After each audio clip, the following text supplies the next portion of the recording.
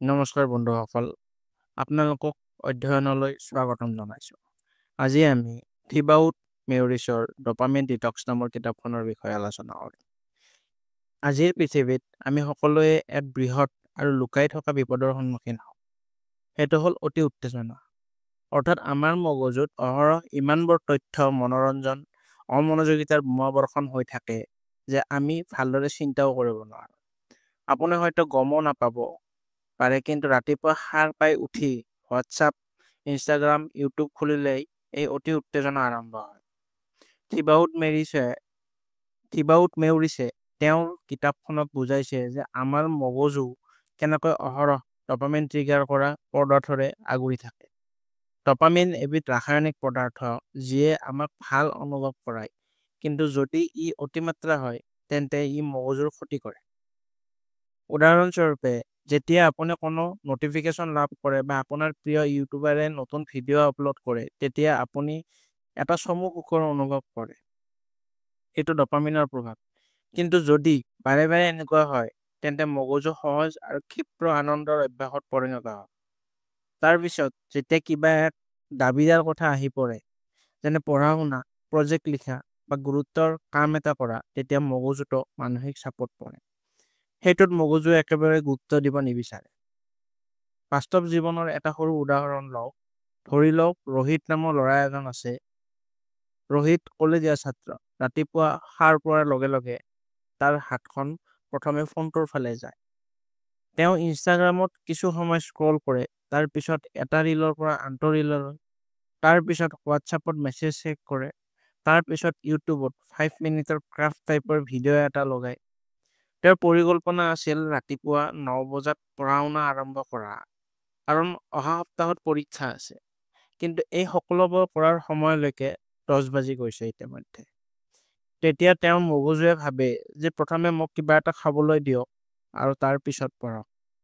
খাই থাকোঁতে তেওঁ নেটফ্লিক্স খুলি এটা খণ্ড চাবলৈ আৰম্ভ কৰে, আৰু 2টা খণ্ড কেতিয়া শেষ হ'ল গমেই নাপায়। তাৰ পিছত তেওঁৰ নিজকে দোষী অনুভৱ হয়, কিন্তু তথাপিও পঢ়া শুনা কৰিবলৈ মন নাযায়। এতিয়া এয়া কেৱল ৰোহিতৰ কাহিনী নহয়, আমাৰ সকলোৰে লগত ঘটে। আমি সকলো সময়তে ইমান উদ্দীপনা লওঁ, যাৰ কাৰণে আমাৰ মগজুৱে কোনো বিৰক্তিকৰ বা কঠিন কাম কৰিবলৈ সাজু নহয়। যিকোনো কামত অলপ ধৈৰ্য, মনোযোগৰ প্ৰয়োজন হ'লেও কঠিন যেন লাগে। আচলতে আমাৰ মগজুত তৎক্ষণাত পুৰস্কাৰৰ প্ৰতি এক প্ৰকাৰৰ নিচা গঢ় লৈ উঠে। Notification, social media, like, reel বা চকলেট খোৱাৰ দৰে পুৰস্কাৰ। এইবোৰ কথাই আমাৰ মনোযোগৰ সময় কমাই দিয়ে। আগতে আমি একাগ্ৰতাৰে পঢ়িছিলোঁ এঘণ্টা, কিন্তু এতিয়া আমি 10 মিনিটৰ ভিতৰতে আমাৰ ফোনবোৰ হেৰুৱাই পেলোৱা যেন পাওঁ। ইয়াৰ ফলত প্ৰেৰণা হেৰাই পেলাওঁ। সহজ কামত মগজু অভ্যস্ত হৈ পৰে। কল্পনা কৰকচোন, আপুনি এবাৰ গীটাৰ শিকিবলৈ আৰম্ভ কৰিছিল। প্ৰথম দিনটো বৰ ভাল আছিল। আপুনি কেইটামান কৰ্ড শিকিলে। দ্বিতীয় দিনটো অলপ অসুবিধা হ'ল, আপোনাৰ আঙুলিবোৰ বিষাবলৈ আৰম্ভ কৰিলে। তাৰ পিছত মনত পৰিল যে আপোনাৰ প্ৰিয় অনুষ্ঠানৰ এটা নতুন ছিজন নেটফ্লিক্সত ওলাইছে। আপুনি ভাবিছিল এই খণ্ড এটা চাই গীটাৰৰ অনুশীলন কৰিম, কিন্তু সেই খণ্ডটো কেতিয়াও বন্ধ নহয়। লাহে লাহে এই গীটাৰৰ অনুশীলন পিছ পৰি ৰৈ যায়। এইটোৱে হৈছে অতি উত্তেজনাৰ কৌশল। লাহে লাহে ই আপোনাৰ ইচ্ছাশক্তি খাই পেলায়। আৰম্ভণিতে আপুনি ভাবে যে আপুনি নিয়ন্ত্ৰণত আছে, কিন্তু বাস্তৱত এই সকলোবোৰ সৰু সৰু ডপামিন হিটেই আপোনাক নিয়ন্ত্ৰণ কৰি আছে। ডিজিটেল যুগৰ নীৰৱ শত্ৰু ই। আৰু আটাইতকৈ বেয়া কথাটো হ'ল, ই আপোনাক কিবা এটা ভুল হোৱাটো উপলব্ধি কৰিবলৈ নিদিয়ে, কাৰণ প্ৰতিবাৰে আপুনি বিৰক্তি অনুভৱ কৰিলে মাত্ৰ এটা চুইচ টিপিলে আপোনাক মজা দিয়ে। মই কি কৰি আছো বা ইয়াৰ পিছত কি কৰিব লাগে আদি প্ৰশ্ন নিজকে সুধিবলৈ কেতিয়াও সময় নাপায়। অধিৱেশনটো কি? নেটফ্লিক্স চোৱাটো ভুল নেকি? ইনষ্টাগ্ৰাম ব্যৱহাৰ কৰা বন্ধ কৰিব লাগেনে? নাই, তেনেকুৱা একো নাই। কিন্তু সমস্যাটো হ'ল, যেতিয়া এইবোৰ কথাই আপোনাক আগুৰিবলৈ আৰম্ভ কৰে, এইবোৰে আপোনাৰ নিয়ন্ত্ৰণ ল'বলৈ আৰম্ভ কৰে, আপুনি নিয়ন্ত্ৰণ হেৰুৱাই পেলায়। আপুনি নিজৰ বাবে কিছু সময় নিৰ্ধাৰণ কৰিব লাগিব, যেনে দিনটোৰ নিৰ্দিষ্ট সময়তহে ছ'চিয়েল মিডিয়া চেক কৰা বা নটিফিকেশ্যন বন্ধ কৰা, যাতে আপোনাৰ মনোযোগ বাৰে বাৰে ভাঙি নাযায়। আৰু আটাইতকৈ ডাঙৰ কথাটো হ'ল বিৰক্তিৰ পৰা পলাই যোৱাৰ অভ্যাসটো ভাঙিব লাগিব। যেতিয়াই আপুনি বিৰক্ত অনুভৱ কৰে, ভাবিব মই কিবা এটা অৰ্থপূৰ্ণ কাম কৰিব পাৰোঁনে? হয়তো সেই সময়ত আপুনি খোজ কাঢ়িব পাৰে, কিতাপ পঢ়িব পাৰে বা কেৱল মোবাইল নোহোৱাকৈ অলপ সময় জিৰণি ল'ব পাৰে। লাহে লাহে আপোনাৰ মনটোৱে অতি উত্তেজনাৰ পৰা বিষমুক্ত হোৱাৰ লগে লগে আপোনাৰ মনোযোগ দিবলৈ সহজ হ'ব। আনকি আপুনি আগতে বিৰক্তিকৰ বুলি ভবা কামবোৰো উপভোগ কৰিবলৈ আৰম্ভ কৰিব। যেনে পঢ়া, শিকিব পৰা বা কোনো প্ৰজেক্টত কাম কৰা। প্ৰকৃত শক্তি হ'ল যেতিয়া আপুনি নিজকে অমনোযোগিতাৰ সাগৰত সুস্থিৰ কৰি ৰাখিব পাৰে। যেতিয়া ডপামিনৰ হুলস্থুলে আপোনাক অহৰহ নিজৰ ফালে টানি লৈ যায়, তথাপিও যাতে আপুনি মনোযোগ বজাই ৰাখিব পাৰে। গতিকে আজিৰ পৰাই এটা সৰু পদক্ষেপ লওক আৰু আপোনাৰ উদ্দীপনা হ্ৰাস কৰিবলৈ চেষ্টা কৰক। বাৰে বাৰে বিচলিত কৰা এটা অভ্যাস বাছি লওক, যেনে ৰিলছ চোৱা, অথবা প্ৰতি 5 মিনিটৰ মূৰে মূৰে আপোনাৰ ফোনটো চেক কৰি তাৰ ওপৰত কিছু নিয়ন্ত্ৰণ লাভ কৰাটো আৰম্ভণিতে কঠিন যেন লাগিব। কিন্তু লাহে লাহে আপোনাৰ মনটোৱে পুনৰ ভাৰসাম্য লাভ কৰিব আৰু আপুনি দেখিব যে আপোনাৰ মনোযোগ বাঢ়িছে, প্ৰেৰণা অধিক শক্তিশালী হৈ আহিছে আৰু আগতে অসম্ভৱ যেন লগা কামবোৰত আপুনি আগ্ৰহ ল'বলৈ আৰম্ভ কৰিছে। অতি উত্তেজনাৰ বিৰুদ্ধে যুঁজ দিয়াটো এটা প্ৰক্ৰিয়া, কিন্তু যদি আপুনি ইয়াৰ ওপৰত কাম কৰে, তেন্তে আপুনি নিজৰ আটাইতকৈ মনোনিৱেশ কৰা আৰু শক্তিশালী সংস্কৰণটো চাব পাৰিব। কাৰণ প্ৰকৃত সন্তুষ্টি নেটফ্লিক্স চোৱাত নহয়, বৰঞ্চ আপুনি নিজৰ বাবে নিৰ্ধাৰণ কৰা কামটো সম্পূৰ্ণ কৰাতহে নিহিত হৈ থাকে। আজিকালি আমাৰ সকলোৰে বাবে এটা সাধাৰণ প্ৰশ্ন হ'ল, মোৰ কিয় পঢ়া শুনা কৰিবলৈ মন নাযায় বা মোৰ কামৰ প্ৰতি কিয় আগ্ৰহ নাই। যেন ক'ৰবাত প্ৰেৰণা নোহোৱা হৈ গৈছে। আগতে আনন্দ কঢ়িয়াই অনা কথাবোৰ এতিয়া বিৰক্তিকৰ যেন লাগে। যদি আপুনি এনে অনুভৱ কৰে, তেন্তে আমাৰ মগজুৰ ডপামিন নামৰ ৰাসায়নিক পদাৰ্থৰ সৈতে ইয়াৰ গভীৰ সম্পৰ্ক আছে। বহুতে ডপামিনক কেৱল আনন্দৰ সৈতে জড়িত বুলি ভাবে, কিন্তু থিবাউট মেয়ৰিছে তেওঁ কিতাপখনত স্পষ্টভাৱে বুজাইছে যে ডপামিন প্ৰকৃততে কেৱল আনন্দৰ সৈতে নহয়, প্ৰেৰণাৰ সৈতে জড়িত। যেতিয়া আপুনি কিবা এটাৰ প্ৰতি আকৰ্ষিত অনুভৱ কৰে, যেনে কিবা এটা ৰোমাঞ্চকৰ কথা চাব বিচৰা বা কিবা এটা প্ৰবল আগ্ৰহ অনুভৱ কৰা, তেতিয়া এই সকলোবোৰ ডপামিনৰ বাবেই হয়। এতিয়া কল্পনা কৰক, যেতিয়া আপুনি সোৱাদযুক্ত খাদ্য দেখিব, এটা নতুন নটিফিকেশ্যন পাব বা ইনষ্টাগ্ৰামৰ মাজেৰে স্ক্ৰল কৰাৰ সময়ত ভাইৰেল ৰিলত আবদ্ধ হৈ পৰিব, আপোনাৰ মগজুৱে ডপামিন মুক্ত কৰে। ই ইংগিত দিয়ে যে এই কামটো মজাৰ আৰু ই পুৰস্কাৰ কঢ়িয়াই আনিব। গতিকে আপুনি বাৰে বাৰে কৰিব বিচাৰে। এইটোৱে ডপামিনৰ ভূমিকা, আপোনাক পুৰস্কাৰৰ দিশে ঠেলি দিয়া। এতিয়া কল্পনা কৰক, প্ৰতিদিনে ৰাতিপুৱা সাৰ পাই ফোনটো তুলি লৈ হোৱাটছআপ, ইনষ্টাগ্ৰাম, ইউটিউব, স্নেপচাট আৰু প্ৰতিটো প্লেটফৰ্ম এটা এটাকৈ চেক কৰি আছে। ই আপোনাক নতুন ডপামিন হিট দিয়ে। আপুনি এটা ৰিল চাই ডপামিন পাই পৰৱৰ্তী ৰিলটো চাওক আৰু তাৰ পিছত আকৌ ডপামিন। এই চক্ৰটোৱে নন ষ্টপ চলি থাকে। আপোনাৰ মগজুৱে ইমানবাৰ ডপামিন মুক্ত কৰে যে ই উচ্চ মাত্ৰাৰ উদ্দীপনাত অভ্যস্ত হৈ পৰে। এতিয়া যেতিয়া আপুনি কিতাপ পঢ়া বা এছাইনমেণ্টৰ কামৰ দৰে স্বাভাৱিক কাম কৰিবলৈ বহি থাকে, তেতিয়া আপোনাৰ মগজুৱে ইমান ডপামিন মুক্ত নকৰে আৰু আপুনি অনুভৱ কৰে যে ই বিৰক্তিকৰ বা আপুনি ইয়াক উপভোগ কৰা নাই। আচলতে সেই কামটো বিৰক্তিকৰ নহয়, আমাৰ ডপামিন ব্যৱস্থা দুৰ্বল হৈ পৰিছে। এতিয়া ই মাত্ৰ বিচাৰে উত্তেজনা, ৰোমাঞ্চ, তৎক্ষণাৎ পুৰস্কাৰ। আদৰ্শৰে বুজিব, বিবেক নামৰ এটা ল'ৰা আছিলে। আগতে তেখেতে কিতাপ পঢ়াৰ প্ৰতি খুবেই আকৰ্ষিত আছিল। আগতে প্ৰতি সপ্তাহত নতুনকৈ এখন কিতাপ শেষ কৰিছিল। কিন্তু তাৰ পিছত লাহে লাহে তেওঁ ছ'চিয়েল মিডিয়াৰ প্ৰতি আগ্ৰহী হ'বলৈ ধৰিলে। ৰিল, মিম, ইউটিউব ভিডিঅ' তেওঁৰ দৈনন্দিন কাম হৈ পৰিল। প্ৰথম অৱস্থাত তেওঁৰ এনে লাগিছিল যেন এই সকলোবোৰ মাত্ৰ অলপ শিথিলতাহে। কিন্তু কেইমাহমানৰ পিছত তেওঁ লক্ষ্য কৰিলে যে যেতিয়াই তেওঁ কিতাপ এখন পঢ়িবলৈ বহি থাকে, তেতিয়া তেওঁ মনোযোগ দিব নোৱাৰে। মাত্ৰ 2টা পৃষ্ঠাৰ পিছত ফোনটো তুলি লয়। আগৰ দৰে উত্তেজনাও নাপায়। আচলতে যিটো হৈছে সেয়া হ'ল তেওঁৰ ডপামিন ৰিচেপ্টৰবোৰক ইমান সঘনাই আৰু তীব্ৰভাৱে উদ্দীপিত কৰা হৈছিল যে সৰল বস্তুবোৰে ডপামিন মুক্ত কৰিব এৰি দিয়ে। সেয়েহে দীৰ্ঘম্যাদী লক্ষ্যৰে অধ্যয়ন, পঢ়া বা যিকোনো কামে তেওঁক আৰু আনন্দ নিদিয়ে। যেতিয়া কিবা এটাই আনন্দ নিদিয়ে তেতিয়া স্বাভাৱিকতে প্ৰেৰণাও নাইকিয়া হৈ যায়। গতিকে ডপামিনৰ সঠিক ভাৰসাম্য অতি গুৰুত্বপূৰ্ণ। যদি ডপামিনক বাৰে বাৰে অতিমাত্ৰা উদ্দীপিত কৰা হয় তেন্তে ইয়াৰ ফলপ্ৰসূতা হেৰুৱাই পেলায়। বক্তাৰ দৰে ভাবিব। যদি সকলো সময়তে ভলিউমটো সম্পূৰ্ণ ভলিউমত ৰখা হয় তেন্তে ইয়াৰ শব্দৰ স্পষ্টতা ক্ৰমান্বয়ে কমি যায়। একেদৰে যেতিয়া মগজুৱে অত্যাধিক dopamine, reel, like, junk food, video' game আৰু অহৰহ নটিফিকেশ্যন সেয়া কৰে তেতিয়া ই সাধাৰণ আনন্দৰ স্পষ্টতা হেৰুৱাই পেলায়। এতিয়া কি লাভ? আমি ডপামিনক ব্লক কৰা উচিত নেকি? নাই, কাৰণ ডপামিন বেয়া নহয়। এজন বৃদ্ধই আপোনাক পদক্ষেপ ল'বলৈ প্ৰেৰণা দিয়ে, কিন্তু আপুনি ইয়াক সঠিকভাৱে সক্ৰিয় কৰিবলৈ শিকিব লাগিব। ইয়াৰ বাবে প্ৰথমে আপুনি আপোনাৰ অতি উত্তেজনা অভ্যাসৰ প্ৰতি গুৰুত্ব দিব লাগিব। এদিন নিজকে পৰ্যবেক্ষণ কৰক যে আপোনাৰ কেতিয়া ডপামিন হিট লৈছে। যেনে প্ৰতি 10 মিনিটৰ মূৰে মূৰে আপোনাৰ ফোনটো চেক কৰা, প্ৰতিটো নটিফিকেশ্যনত জঁপিয়াই পৰা, অমনোযোগিতাৰ পৰা হাত সাৰিবলৈ ইউটিউব খোলা, বা প্ৰতিটো কামৰ মাজত ইনষ্টাগ্ৰাম স্ক্ৰল কৰা। এতিয়া ভাবি চাওক, যদি আপুনি সকলো সময়তে ডপামিন খাই থাকে তেন্তে আপোনাৰ মগজুৱে কেতিয়াও ৰিচাৰ্জ কৰাৰ সুযোগ নাপায়, ৰিছেট নাপায়। সেয়েহে যেতিয়াই আপুনি প্ৰকৃত কাম কৰিবলৈ বহি থাকে তেতিয়া ডপামিন ইতিমধ্যেই জ্বলি যায়।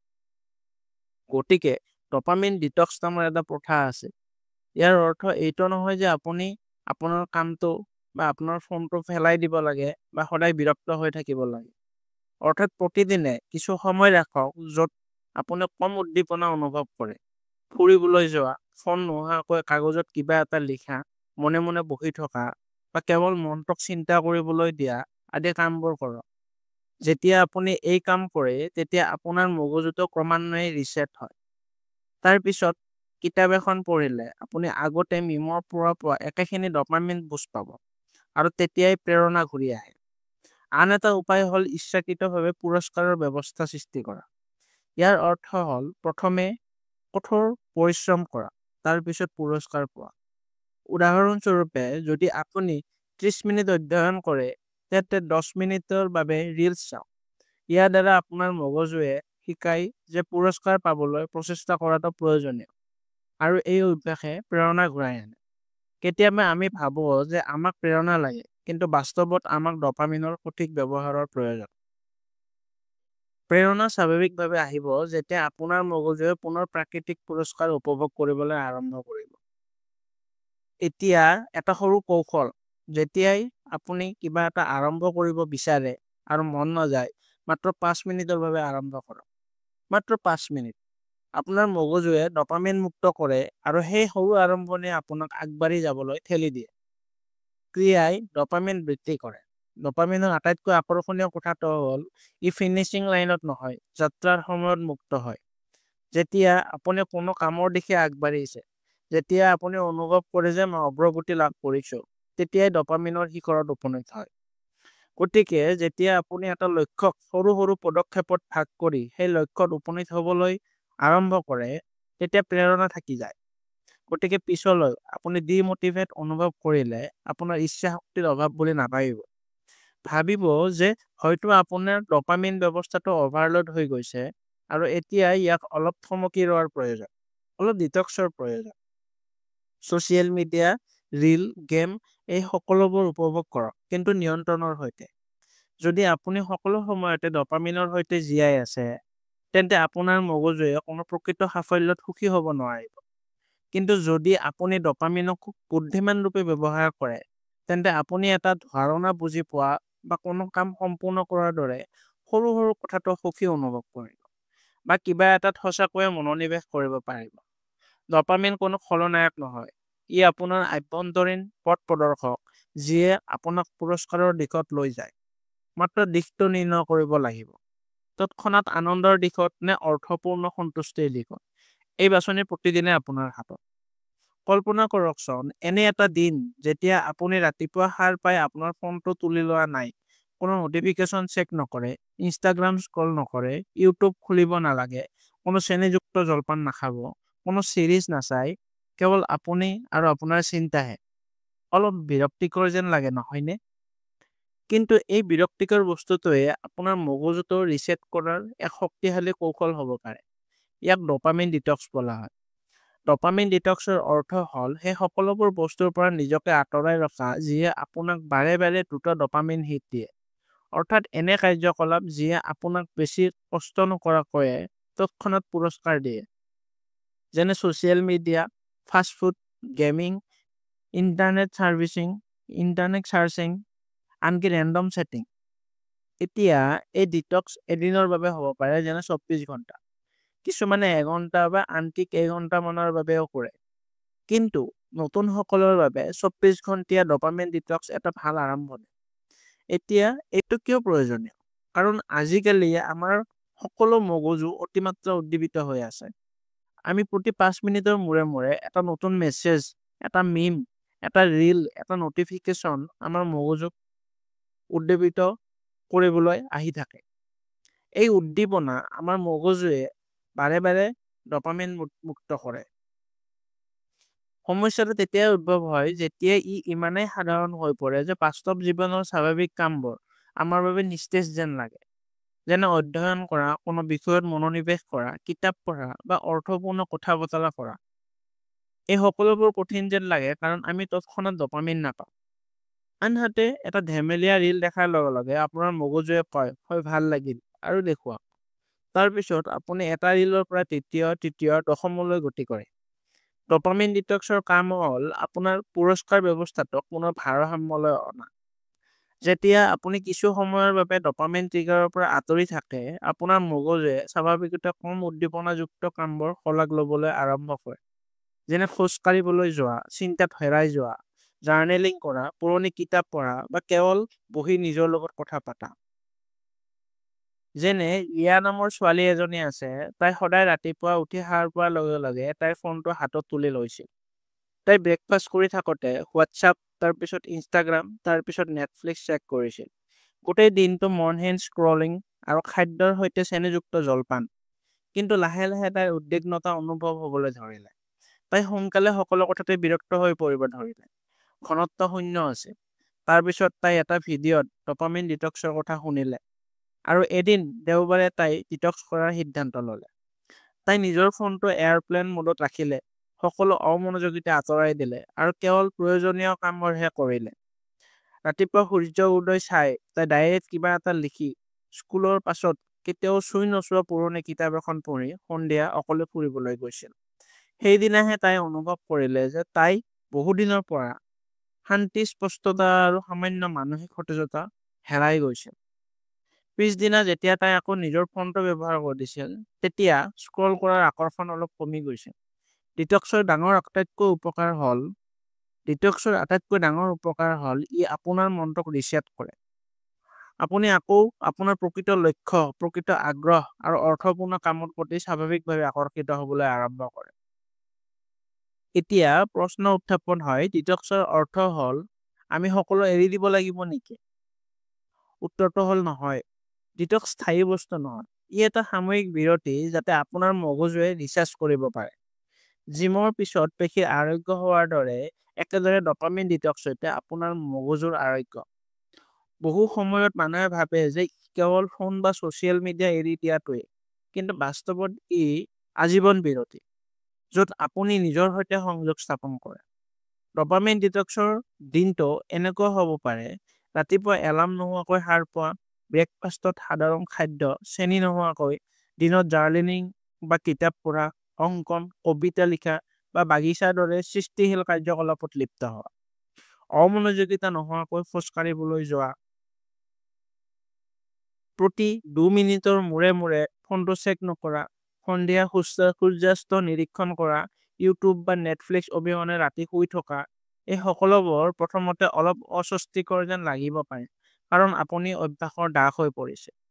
আপুনি প্ৰতিটো বিৰক্তিৰ পৰা হাত সাৰিব বিচাৰে। কিন্তু বিৰক্তিৰ পৰা পলাই যোৱাটোৱে সমস্যা। কাৰণ বিৰক্তিয়ে হৈছে সৃষ্টিশীলতা, কল্পনা আৰু গভীৰ চিন্তাৰ আৰম্ভণিৰ দুৱাৰমুখ। প্ৰতিটো বিৰক্তিৰ মাজত ফোনটো টানি আনিলে মনটোক চিন্তা কৰাৰ সুযোগ নিদিয়ে। এই কাৰণে আজিকালিৰ মানুহে গভীৰভাৱে চিন্তা কৰিব নোৱাৰে, প্ৰয়োজনীয় ধাৰণা উলিয়াব নোৱাৰে আৰু সোনকালে বিৰক্ত হয়।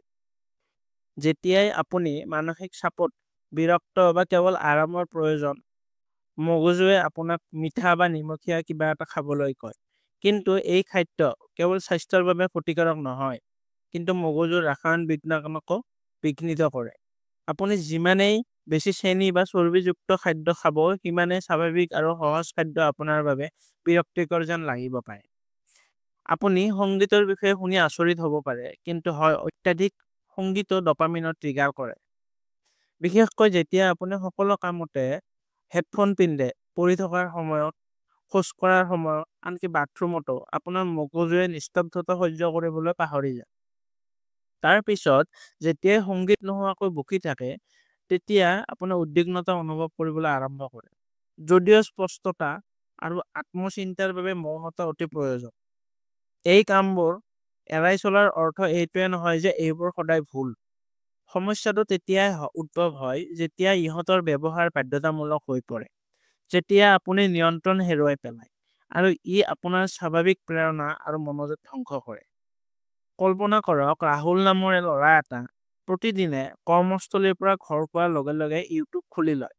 তাৰ পিছত ৰাতি আহাৰ খাই থাকোঁতে ইনষ্টাগ্ৰামৰ ৰীলবোৰ চাই থাকে, আৰু ৰাতি বিচনাত খেল খেলা বা প্ৰাপ্তবয়স্ক বিষয়বস্তু নোচোৱাকৈ টোপনি নাহে। তেওঁৰ বিশ্বাস এইটোৱে তেওঁক শিথিল কৰে, কিন্তু বাস্তৱত তেওঁৰ প্ৰতিটো অস্বস্তিকৰ অনুভৱৰ পৰা পলাই গৈছে, আৰু লাহে লাহে তেওঁৰ মনটো এই উদ্দীপনাত আসক্ত হৈ পৰিছে। এতিয়া যদি এদিন তেওঁ কিছুমান প্ৰকৃত কাম কৰিবলৈ চেষ্টা কৰে, যেনে নতুন দক্ষতা শিকিব বা কোনো প্ৰজেক্টত মনোনিৱেশ কৰা, তেন্তে তেওঁৰ মন নাযায়, আৰু অতি সোনকালে তেওঁ বিৰক্ত হ'বলৈ আৰম্ভ কৰে। এতিয়া কল্পনা কৰকচোন, যদি ৰাহুলে এই সকলোবোৰ কাম এদিনৰ বাবে বন্ধ কৰি দিয়ে, মোবাইল নাই, জাংক ফুড নাথাকে, সংগীত নাথাকে, প্ৰথম অৱস্থাত তেওঁৰ বিৰক্তি বা অস্থিৰতা অনুভৱ হ'ব। কিন্তু কেইঘণ্টামানৰ পিছত তেওঁৰ মনটো স্বাভাৱিকভাৱে থিতাপি ল'বলৈ আৰম্ভ কৰিব। তেওঁ নিজৰ লগত সংযোগ স্থাপনৰ সুযোগ পাব। খিৰিকীৰে বাহিৰলৈ চোৱা, ডায়েৰীত কিবা এটা লিখা, বা কেৱল অমনোযোগিতা নোহোৱাকৈ বহি থকাৰ দৰে সৰু সৰু কথাটো তেওঁ আৰাম অনুভৱ কৰিবলৈ আৰম্ভ কৰিব। যেতিয়া আপুনি এই উচ্চ ডপামিন কাৰ্যকলাপৰ পৰা আঁতৰি থাকে, তেতিয়া আপোনাৰ মগজুটো ক্ৰমান্বয়ে ৰিছেট হয়। আপুনি বিৰক্তি সহ্য কৰিবলৈ শিকে, আৰু বিৰক্তিৰ পৰা আহে প্ৰকৃত সৃষ্টিশীলতা আৰু স্পষ্টতা। আপুনি লাহে লাহে নিজৰ লগত সংযোগ স্থাপন কৰিবলৈ আৰম্ভ কৰে, আৰু আপুনি আপোনাৰ প্ৰকৃত অগ্ৰাধিকাৰ বুজিবলৈ সক্ষম হয়। এই সকলোবোৰৰ পৰা হাত সাৰিবলৈ আটাইতকৈ উত্তম উপায় হ'ল প্ৰতিস্থাপন কৌশল। অৰ্থাৎ, যদি আপুনি ছ'চিয়েল মিডিয়া নাচায়, তেন্তে ইয়াৰ পৰিৱৰ্তে আপুনি কি কৰিব? আপুনি কিতাপ পঢ়িব পাৰে, নিজৰ মন পচন্দৰ কাম কৰিব পাৰে। যদি আপুনি প্ৰচেছড খাদ্য নাখায়, তেন্তে আপুনি সতেজ ফল বা বাদাম ৰাখিব পাৰে। যদি আপুনি গান শুনা নাই, তেন্তে প্ৰকৃতিৰ শব্দৰ প্ৰতি মনোযোগ দিব পাৰে। বহুতে ভাবে যে এই সকলোবোৰ এৰাই চলিলে জীৱনটো বিৰক্তিকৰ হৈ পৰিব। কিন্তু সত্যটো হ'ল, যেতিয়া আপুনি অতি উত্তেজনাৰ পৰা আঁতৰি থাকে, তেতিয়া আপুনি বাস্তৱ জগতখনৰ সৌন্দৰ্য দেখিবলৈ আৰম্ভ কৰে। এটা শান্তিপূৰ্ণ সন্ধিয়া, কাৰোবাৰ লগত সৎ কথা বতৰা, আপোনাৰ শৰীৰৰ প্ৰকৃত ভোক আৰু শক্তি আৰু স্পষ্ট মন। ডপামিন ডিটক্সৰ উদ্দেশ্য এইটো নহয় যে আপুনি এইবোৰক ঘৃণা কৰিবলৈ আৰম্ভ কৰে। এইবোৰ বস্তুৰ ওপৰত নিয়ন্ত্ৰণ লাভ কৰা, যাতে ব্যৱহাৰ কৰাৰ সময়ত ই সচেতন হয় আৰু বাধ্যতামূলক নহয়। যেনেকৈ মাজে মাজে এটা চকলেট খালে কোনো ক্ষতি নহয়, কিন্তু প্ৰতিবাৰ মানসিক চাপ অনুভৱ কৰিলে 4টা চকলেট খোৱাটো অস্বাস্থ্যকৰ। একেদৰে চিনেমা চোৱাটো ঠিকেই আছে, কিন্তু সকলো সময়তে চাই থাকিলে আপোনাৰ মনটো দুৰ্বল হৈ পৰে। প্ৰকৃত স্বাধীনতা তেতিয়াই আহে যেতিয়া আপুনি নিচা নোহোৱাকৈ এই কামবোৰ উপভোগ কৰিব পাৰে। কেতিয়া কি কৰিব, কেতিয়া আৰু কিয় কৰিব, সেইটো সিদ্ধান্ত ল'ব পাৰিব। গতিকে যদি আপুনি ডপামিন ডিটক্স কৰি আছে, তেন্তে এই কাৰ্যকলাপসমূহ চিনাক্ত কৰি সাময়িকভাৱে ইয়াৰ পৰা আঁতৰি থকাটোৱে আটাইতকৈ গুৰুত্বপূৰ্ণ পদক্ষেপ। আপুনি প্ৰথমতে অস্বস্তি অনুভৱ কৰিব, কিন্তু অতি কম সময়ৰ ভিতৰতে আপুনি নিজকে অধিক মনোনিৱেশ কৰা, শক্তিশালী আৰু শান্তিপূৰ্ণ বুলি বিবেচনা কৰিব। এই প্ৰক্ৰিয়াত আটাইতকৈ গুৰুত্বপূৰ্ণ কথাটো হ'ল সজাগতা। আপুনি নিজকে বাৰে বাৰে সুধিব লাগিব, মই এই কামটো নিজৰ ইচ্ছাই কৰিছো নে কেৱল অভ্যাসৰ বাবে কৰিছো? যেতিয়া আপুনি এই পাৰ্থক্যটো বুজিবলৈ আৰম্ভ কৰে, তেতিয়া ডিটক্স সফল হৈ পৰে। আপোনাৰ মগজুটো শক্তিশালী হৈ পৰে। কিন্তু যেতিয়া আপুনি ইয়াক সঠিক ইন্ধন দিয়ে তেতিয়াহে। যদি আপুনি ইয়াক প্ৰতিদিনে শ্বৰ্টকাট আৰু তৎক্ষণাত পুৰস্কাৰেৰে ভৰাই থাকে, তেন্তে ইয়াৰ ফলত দীৰ্ঘম্যাদী সফলতা নহ'ব। কিন্তু যদি আপুনি এই সাময়িক সুখবোৰৰ পৰা নিজকে কিছু সময়ৰ বাবে আঁতৰাই ৰাখিব পাৰে, তেন্তে আপুনি সেই শক্তি লাভ কৰিব, যিটো আজিৰ ডিজিটেল জগতত বিৰল। অনুশাসন, ধৈৰ্য আৰু স্পষ্টতাই হৈছে ডপামিন ডিটক্সৰ প্ৰকৃত উদ্দেশ্য, যাৰ ফলত আপুনি অমনোযোগিতাৰ পৰা মুক্ত হৈ দিশ বিচাৰি পাব পাৰে। যেতিয়াই আমি ডপামিন ডিটক্সৰ কথা কওঁ, তেতিয়াই প্ৰথমে মনলৈ আহে, এতিয়া যেতিয়া আমি social media, internet, video' game, junk food আৰু অন্যান্য হাই ষ্টিমুলেশ্যন কামবোৰ এৰিব লাগিব নেকি? তেতিয়া আমি গোটেই দিনটো কি কৰিম? মাত্ৰ বহি সময় পাৰ কৰিম নেকি? ইয়াতেই আমাৰ বিকল্প কাৰ্যকলাপৰ প্ৰয়োজন, যিবোৰ বস্তুৱে কম উদ্দীপনা প্ৰদান কৰে, কিন্তু আমাৰ মগজুক পুনৰ স্থাপন কৰাত সহায় কৰে। এতিয়া ইয়াত এটা কথা বুজাটো গুৰুত্বপূৰ্ণ যে কম উদ্দীপনা মানে বিৰক্তিকৰ নহয়। ইয়াৰ অৰ্থ হ'ল এনে কাৰ্যকলাপ যিবোৰে আমাৰ মগজুক অতিমাত্ৰা উত্তেজিত নকৰে, কিন্তু তথাপিও মূল্যৱান। ডিটক্সৰ প্ৰকৃত উদ্দেশ্য হ'ল আমাৰ মনটোক নিজৰ ভিতৰলৈ চাবলৈ আৰু ইয়াৰ প্ৰকৃত ইচ্ছা আৰু লক্ষ্য বুজিবলৈ যথেষ্ট শান্তি দিয়া। প্ৰথম কাৰ্য হ'ল ধ্যান। ধ্যান অৰ্থাৎ একাগ্ৰতা এতিয়া অতি গুৰুত্বপূৰ্ণ। বহুতে ধ্যান কৰাটো বিৰক্তিকৰ বা কঠিন বুলি ভাবে, কিন্তু আচলতে ই আপোনাৰ মনটোক আকৰ্ষিত কৰাৰ এক অতি শক্তিশালী উপায়। যেতিয়া আপুনি কেৱল আপোনাৰ উশাহ নিশাহত মনোনিৱেশ কৰে, কোনো অমনোযোগিতা নোহোৱাকৈ, তেতিয়া আপুনি আপোনাৰ মনৰ আভ্যন্তৰীণ শব্দ নিৰীক্ষণ কৰিবলৈ আৰম্ভ কৰে। প্ৰথম অৱস্থাত অলপ অস্বস্তি অনুভৱ হ'ব পাৰে, কাৰণ আমি মৌনতা অৱলম্বন কৰাত অভ্যস্ত নহয়। কিন্তু অভ্যাস কৰাৰ লগে লগে আপুনি এক অন্যান্য স্পষ্টতা আৰু শান্তি বিচাৰি পায়। আন এটা কাম হ'ল খোজকাঢ়ি যোৱা। কিন্তু এইটো ফেঞ্চি জিম ৱাক বা ট্ৰেডমিল ৱাক নহয়। আমি ফোন বা সংগীত নোহোৱাকৈ সহজ নীৰৱ খোজৰ কথা কৈছোঁ। যেতিয়া আপুনি অকলে ৰাস্তাত বা পাৰ্কত খোজ কাঢ়ে, আপোনাৰ চিন্তাত মনোনিৱেশ কৰে বা প্ৰকৃতি পৰ্যবেক্ষণ কৰে, তেতিয়া আপোনাৰ মগজুৱে স্বাভাৱিকতে শিথিল হ'বলৈ আৰম্ভ কৰে। এই প্ৰক্ৰিয়াত আপুনি প্ৰায়ে এখন পৰ্দাৰ আঁৰত লুকাই থোৱা পাহৰি যোৱা প্ৰশ্নৰ উত্তৰ বিচাৰি পাব পাৰে। লিখা বা জাৰ্নেলিং কৰাটো আন এক অতি ফলপ্ৰসূ অভ্যাস। ডিটক্সৰ সময়ৰ এটা কাৰ্যকলাপ হ'ল যেতিয়া আপুনি আপোনাৰ অনুভৱ, চিন্তা বা কৃতজ্ঞতা কাগজত লিখে, তেতিয়া আপুনি আপোনাৰ মনটো খালী কৰি পেলাইছে।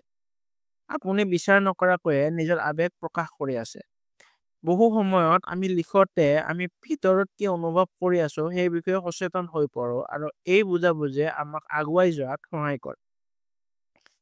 এতিয়া আহিছে আটাইতকৈ কম মূল্যায়ন কৰা কামবোৰৰ ভিতৰত এটা, একো নকৰা। হয়, আপুনি ঠিকেই পঢ়িছে, মাত্ৰ মনে মনে বহি আছে, আপোনাৰ ফোনটো তুলি নোলোৱাকৈ, কোনো কাম নোহোৱাকৈ। আজিৰ সময়ত এইটোৱে যেন আটাইতকৈ কঠিন কাম, কাৰণ আমাৰ মনটোৱে প্ৰতি ছেকেণ্ডত কিছু উদ্দীপনা লাভৰ বাবে হাহাকাৰ কৰে। কিন্তু যেতিয়া আপুনি একো নকৰাৰ পৰা নিজকে বিচ্ছিন্ন কৰে, তেতিয়া আপুনি বিৰক্তিৰ সৈতে মোকাবিলা কৰিবলৈ শিকে। ইয়াৰ পৰাই আৰম্ভ হয় গভীৰ সৃষ্টিশীলতা। বহু ডাঙৰ ডাঙৰ ধাৰণা মানুহৰ মনলৈ আহিছিল যেতিয়া তেওঁলোকে একো নকৰিছিল। আইনষ্টাইনে আগতে ৰেলত চিন্তা কৰিছিল, নিউটনে বাৰীত বহিছিল। ডিটক্সৰ সময়ত কিতাপ পঢ়াৰ দৰে আন কামো কৰিব পাৰে।